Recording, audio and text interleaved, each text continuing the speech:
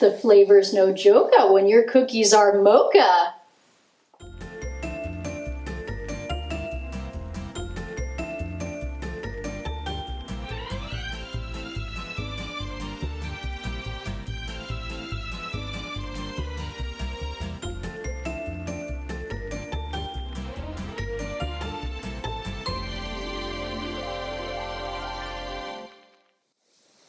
Hello, my dears. Welcome to another episode of Bake Me Up Buttercup. I'm back and ready to share a truly delicious new recipe with everyone. Today, we will be making caramel mocha cookies. These delightful treats consist of a crisp coffee-flavored sandwich cookie filled with chocolate cream and homemade caramel. Good golly, does that sound amazing? We better not waste another minute. Let's go. We will start by making the dough for the coffee cookies. Now to flavor my cookies, I will be using espresso powder, also known as instant espresso. You can also use instant coffee if you don't have espresso powder. Just keep in mind you may need to add a bit more to get that lovely coffee flavor to come through. In order to ensure that the powder incorporates properly into the dough, I like to dissolve it in my wet ingredients beforehand. In this cup, I have 2 large eggs. And I will add 4 grams of espresso powder,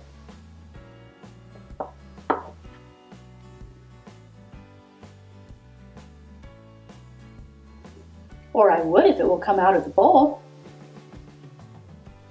There.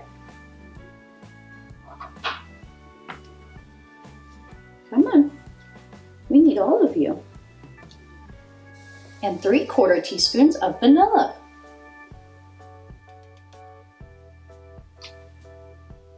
Give this a good mix to combine, and then we will set it aside so that the granules can dissolve fully.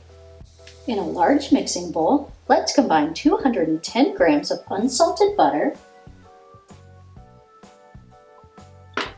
Make sure that butter is softened.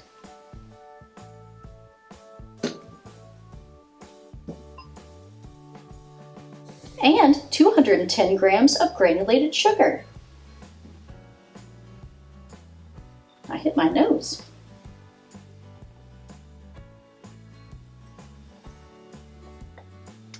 Cream these together using an electric mixer until the mixture becomes pale in color and fluffy. Now we will add in our egg mixture.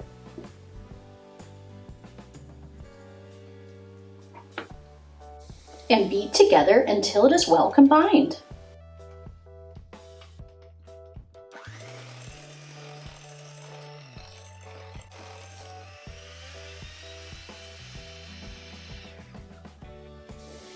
That coffee smell is delightful. In a separate bowl, we will combine 400 grams of all-purpose flour that has been sifted, 44 grams of cornstarch,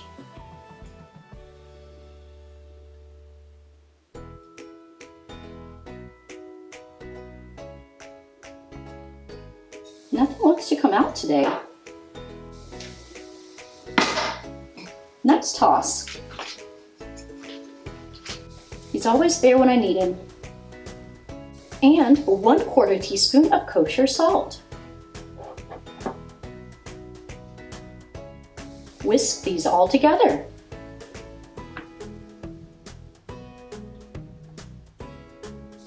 My bowl's a little too small, so I have to be very careful not to spill it over the sides.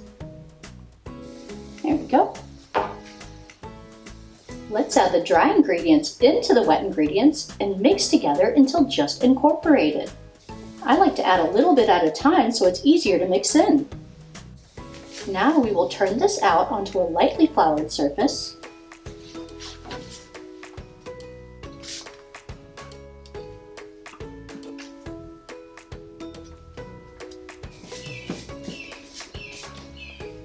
There's a very loud bird outside. And very gently knead it together until it is nice and smooth. Be careful not to overwork the dough too much, or else your cookies can come out tough.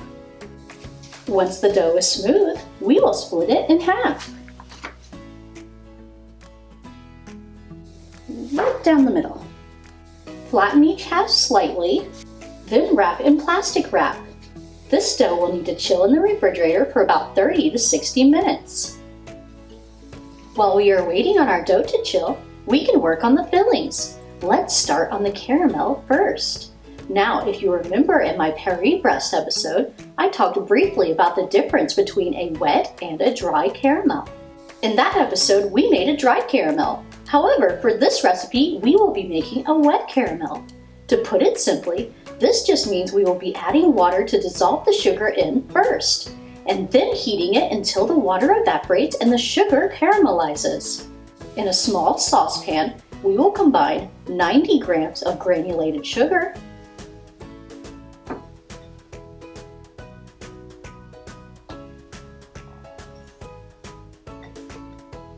30 milliliters of water,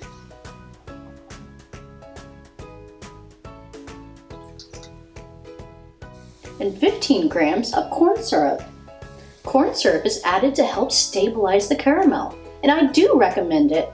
You could also substitute for honey, but keep in mind this will add a distinctive flavor, and I find the darker color of the honey can make it harder to tell when your caramel is done. Give these a good stir until everything is well combined. Now we will heat this over a low heat until the sugar begins to dissolve. At this point, I recommend avoiding stirring, as you can cause the sugar to recrystallize.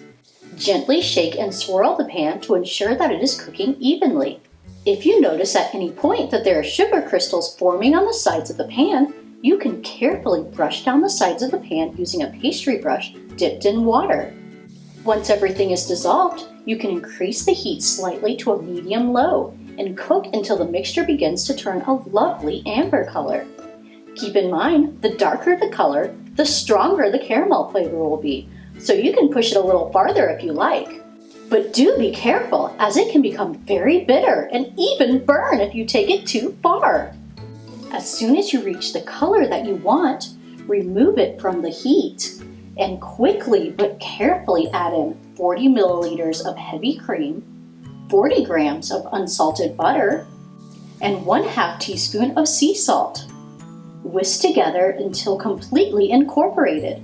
Transfer to a separate heat-proof bowl and allow to cool completely at room temperature. Now let's work on the chocolate filling. In a large mixing bowl, we will combine 175 grams of powdered sugar that has been sifted, 90 grams of softened unsalted butter,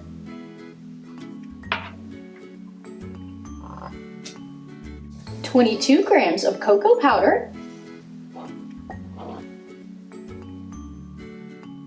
and 1 teaspoon espresso powder that has been dissolved in 1 teaspoon of water.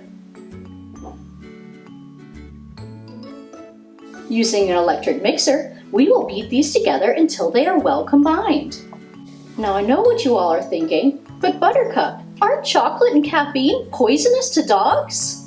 That's true, but luckily, I am a magic dog, so I am immune to their effects. Isn't that nice? Now this mixture is quite thick, as you can see, so we will add in 2 teaspoons of heavy cream and continue mixing for about 1 to 2 minutes until the mixture is very smooth and creamy. If your mixture still seems too thick, you can mix in an additional teaspoon of heavy cream to thin it out. That looks like the perfect consistency to me right there. It's time to roll out our cookies. I've taken one of the halves of dough out of the fridge and placed it on a lightly floured surface. Now we just need to roll it out to approximately 3 millimeters in thickness. While you are rolling, it's important to turn your dough frequently and add more flour as needed to prevent it from sticking. To cut out the cookie shapes, I am using a 7-centimeter fluted round cutter.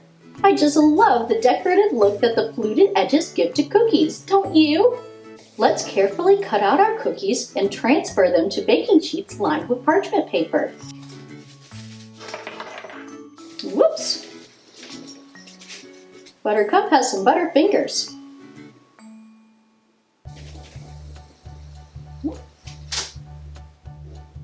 You should be able to get 24 rounds from each half of dough, with 12 on each baking sheet. For an even more decorative look, I like to cut out an approximately 2-centimeter hole in the middle of half of the cookies. I found this adorable flower-shaped cutter, which is also just perfect for me. How lovely! Once the cookies are all cut out and placed on baking sheets, I recommend chilling them for another 10 to 20 minutes before baking. This helps keep them from spreading too much in the oven. Then we will bake them at 325 degrees Fahrenheit, that's 165 degrees Celsius, for 10 to 12 minutes, or until they are very lightly browned. Cool on the cookie sheet for 5 minutes, then transfer to a wire rack to finish cooling. And now, for the final step, assembling our sandwich cookies. I'm going to start with the chocolate filling. Using a spatula or butter knife, we'll spread an even layer of chocolate onto the bottom cookies. That's the ones without the holes on them, of course. This isn't particularly easy with low dexterity. Next, we will spread a layer of caramel over the top of the chocolate.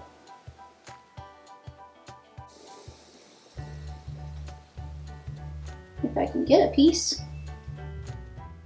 Oh.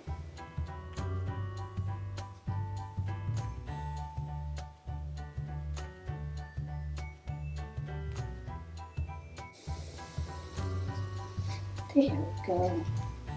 Don't worry about going all the way to the edges with the caramel. You don't want it to spill out the sides. And last, place a cookie with a hole on top to complete the sandwich.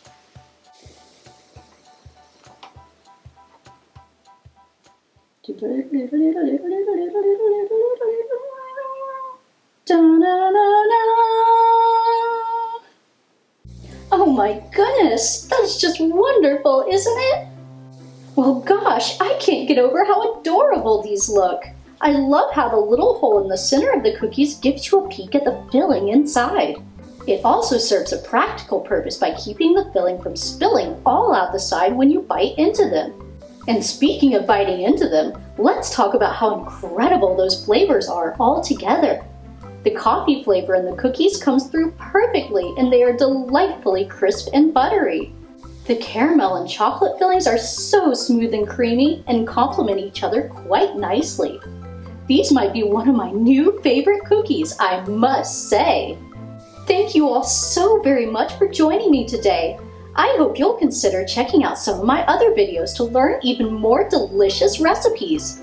And as always, a huge thank you to my wonderful Patreon supporters that help me continue bringing you all delicious content each month.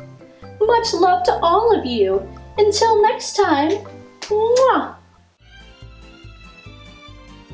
The flavor's no joker when your cookies are mocha. My jokes may be bad, but these cookies are seriously no joke.